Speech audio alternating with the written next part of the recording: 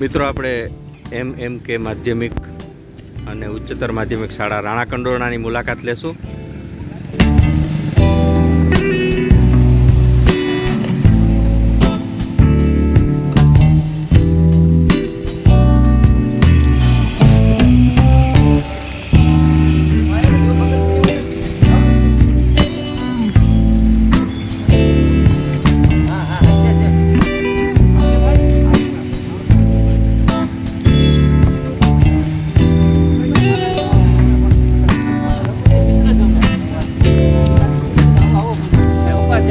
મિત્રો અમારી સાથે છે જગતિયા સાહેબ, સ્કૂલના પ્રિન્સિપાલ છે, અને મારા ફાધર મગનભાઈ.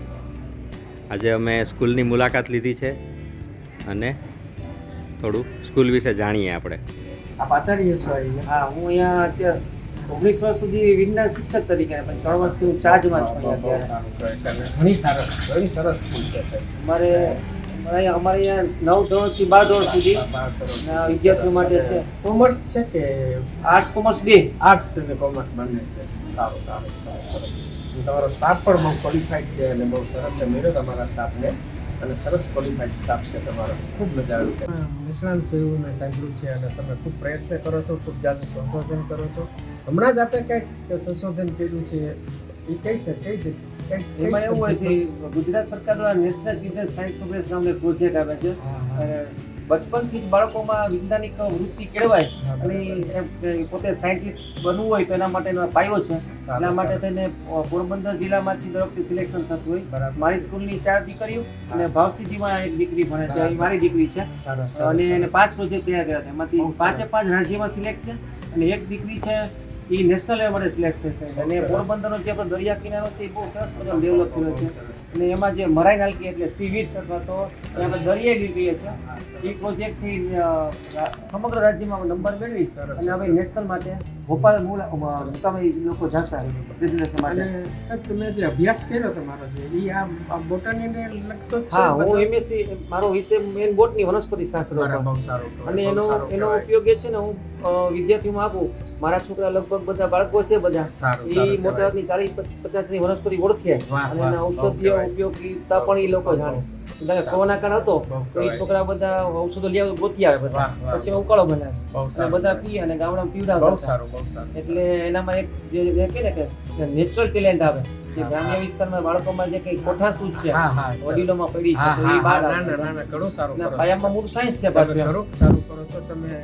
આ તમારું જે શિક્ષણ ક્ષેત્ર છે એની સાથે સાથે તમે આ જે પ્રવૃત્તિ કરો છો એ ઘણી સરસ કરો છો સાહેબ. વ્યક્તિગત રીતે પણ આપણે આ બાબતમાં ખૂબ શોખ પણ છે અને આપણે ઘરે પણ આવા બધા પ્રયોગોના અને તેને બધી દવાઓના અને તેને બનાવો છો અને લોકોને આપો છો સાહેબ. એવું છે એલોપેથિક તે માણસો કંટાળી ગયા. હા, બરાબર. હવે એવું છે કે એની કોષ વધી ગઈ, માણસની ઇફેક્ટ નથી. એટલે વળી પાછા મૂળ છે આપણા પરંપરાગત નોલેજ ઉપર માણસો ઉતરવું પડશે. એટલે બધા ડિઝીઝ થઈ ગયા ને કોરોના કાળમાં આ જ બધું કામ આવ્યું. સારું કહેવાય છે. બધા બાળકોને પણ આવું નોલેજ અમે પીરસતા રહીએ છીએ. ઘણું સારું કરો છો. ખૂબ ઉમદા પ્રવૃત્તિ કરો છો આપ. આપણી બેબી પણ છે ઘણી આગળ પડતી છે, નાની ઉંમરમાં પણ એ ખૂબ પ્રગતિ કરી છે. હા, એને એ ભાવથી હાઈસ્કૂલમાં 9મા ધોરણમાં ભણે છે, ગવર્મેન્ટ હાઈસ્કૂલમાં.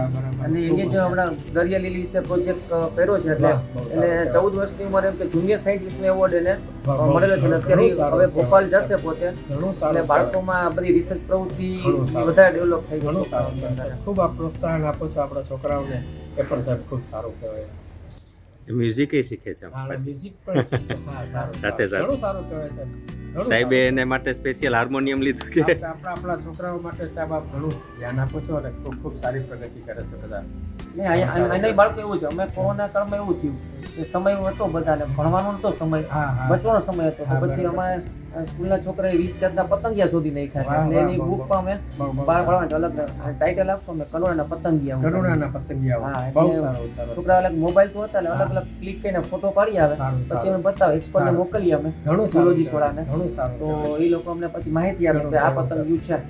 આચાર્ય તરીકે સાહેબ તમે ઘણી સારી છોકરાઓને માર્ગદર્શન આપો છો અને એની પ્રગતિ કરો છો.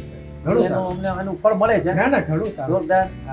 છોકરા ખુશ છે ને આપણું ફરજ છે. ના, તો ફરજ રૂપે આપણે કામ કરીએ. મળીએ કાકા. ના સાહેબ, મળીએ. ખૂબ આનંદ આવ્યો છે.